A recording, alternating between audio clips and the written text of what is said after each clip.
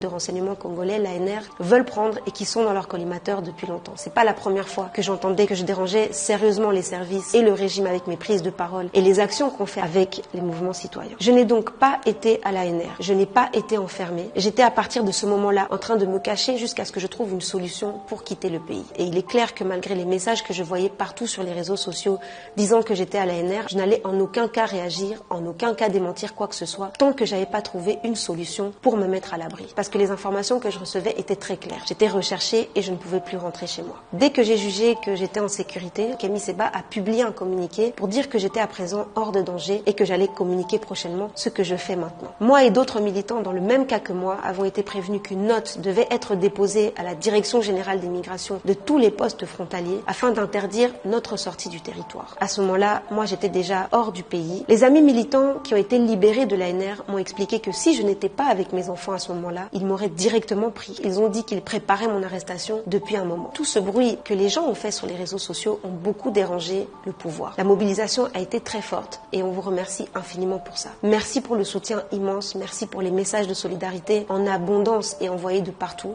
Merci pour ceux qui ont été arrêtés, merci pour ceux qui sont à présent relâchés et merci pour ceux qui ont été contraints de se cacher, de quitter le pays sous peine de se faire également arrêter. En ayant posté tous ces messages de soutien, en mettant la lumière sur ce qui s'est passé, vous avez aussi participé à cette lutte qu'on doit mener tous ensemble. Contre d'abord le manque d'implication et d'intérêt dont nous-mêmes Congolais faisons preuve lorsque notre peuple est en train de disparaître, de se faire génocider et qu'on devrait se lever comme un seul humain. Parce que c'est à nous Congolais, quand l'État ne fait pas son devoir, c'est à nous d'agir. C'est notre peuple, c'est notre responsabilité et on doit faire preuve d'autodétermination. Ensuite, en mettant tous ces messages, vous avez participé à cette lutte contre le manque de considération et d'intérêt des autres pays africains qui laissent en RDC se produire un génocide perpétré par le Rwanda, perpétré par l'Ouganda et par d'autres pays de la région. Les régimes de ces pays acceptent d'être les hommes de main des grandes puissances, comme les USA, comme la France, comme le Canada, des puissances qui financent le génocide des Congolais pour leurs intérêts économiques générés par le pillage de nos ressources naturelles. L'Afrique du Sud a porté plainte contre Israël pour le génocide qui se commet en Palestine. Au Congo, un pays africain, peuplé de Bantous. Nous vivons un génocide depuis 30 ans. Il est temps que les pays africains tournent le regard d'une façon objective et lucide sur ce que nous sommes en train de vivre en République démocratique du Congo. Le reste, les pays qui sont en dehors du continent, beaucoup d'entre eux n'ont aucun intérêt à ce que l'Afrique ne redevienne ce qu'elle était, ne devienne ce qu'elle doit être, une Afrique avec des Africains qui sont conscients, qui sont battants, qui soient souverains,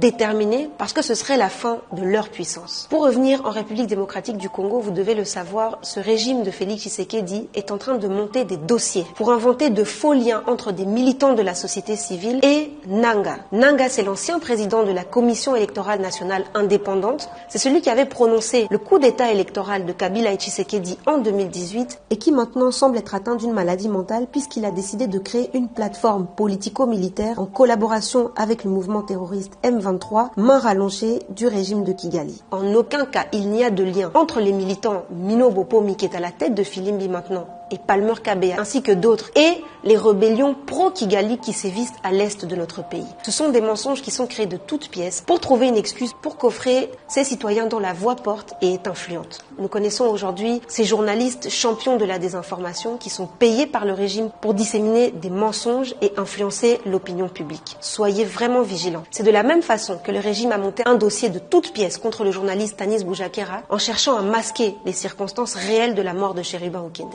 Au lieu de se faire corrompre ou de se taire par peur, tous les journalistes congolais devraient faire bloc pour que Stanis Boujakera sorte de prison aujourd'hui. Malheureusement, avec l'argent, vous pouvez acheter les gens qui ont un prix. Et c'est bien ça notre problème. La majorité des Congolaises et des Congolais aujourd'hui acceptent d'avoir un prix et de troquer leur dignité pour de l'argent. Que chacun mette sa pierre, se réveille là où il est. Que ceux qui ont une voix qui porte l'ouvrent en tout temps. Même quand ce n'est plus à la mode, même quand il n'y a personne qui en parle, même quand ce n'est pas hype de parler du génocide, le génocide des Congolais. Je pense évidemment à toutes les victimes. Je pense à la ville de Goma où une bombe a encore explosé ce matin. J'envoie de la force à toutes mes sœurs, à tous mes frères militants qui ont un courage exceptionnel, malgré les campagnes de dénigrement qu'ils subissent de la part de personnes qui se cachent derrière leur écran comme des lâches, à tous les Congolais. Changer le Congo, c'est notre responsabilité et personne ne le fera à notre place. Soyons dignes. Bandeko, levez-vous, soyez intègres, déterminés, battez-vous et surtout ne laissez plus jamais personne vous acheter.